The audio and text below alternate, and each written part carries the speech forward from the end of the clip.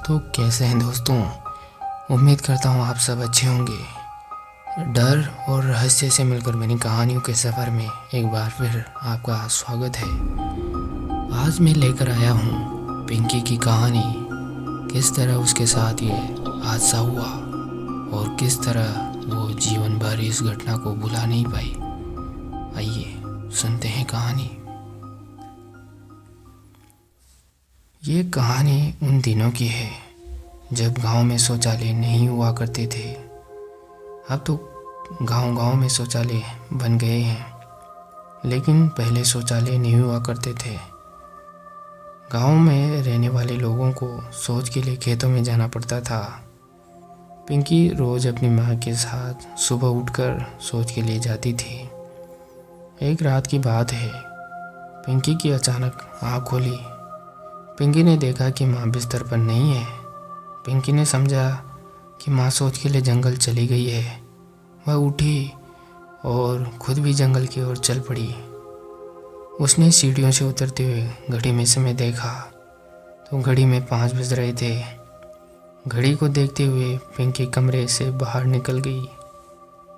पिंकी रास्ते में बड़बड़ाते हुए जाती जा रही थी और बोल रही थी, आज माँ मुझे जगा कर नहीं ले गई, लेकिन माँ ज़्यादा दूर नहीं पहुँची होगी, रास्ते में शायद मिल जाए।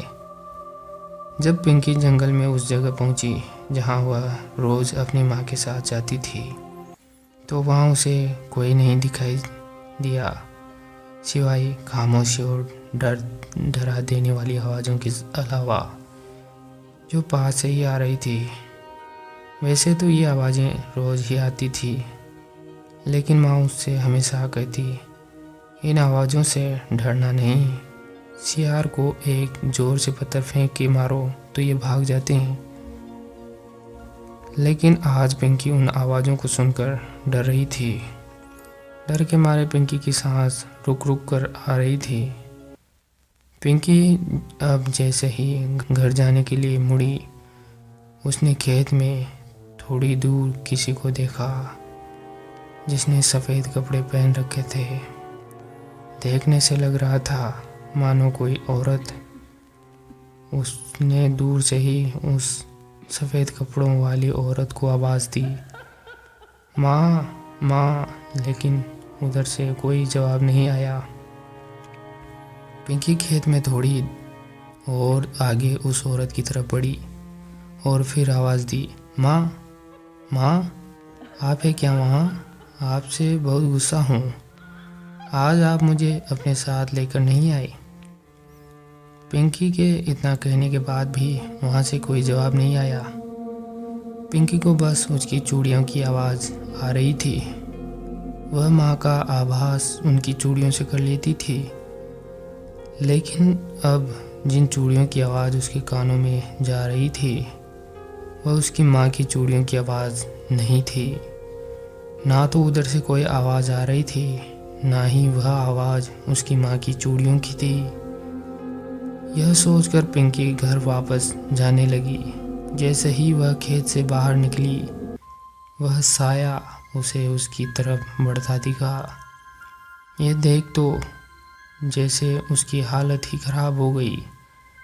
अब वह घर की तरफ भागने लगी। भागते भागते उसने पीछे मुड़कर देखा तो वह साया अब भी उसका पीछा कर रहा था। जैसे तैसे पिंकी अपने घर को संभालते हुए घर पहुंची।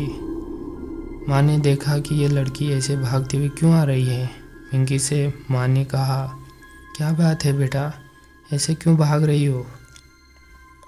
तब पिंकी ने हाँफते हुए कहा, माँ वो औरत। कौन औरत बेटा, क्या हुआ?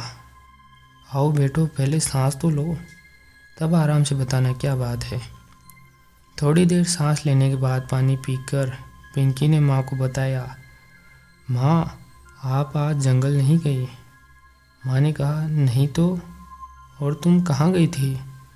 पिंकी ने कहा, मैं जंगल गई थी माँ। अकेले?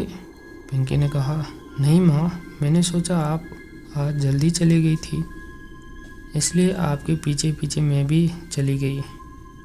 मुझे नहीं पता था कि आप आज गई ही नहीं। और मैंने घड़ी में भी समय देखा था, 5 बज रहे थे। तो उस समय जाने में मुझे कोई डर नहीं लगा।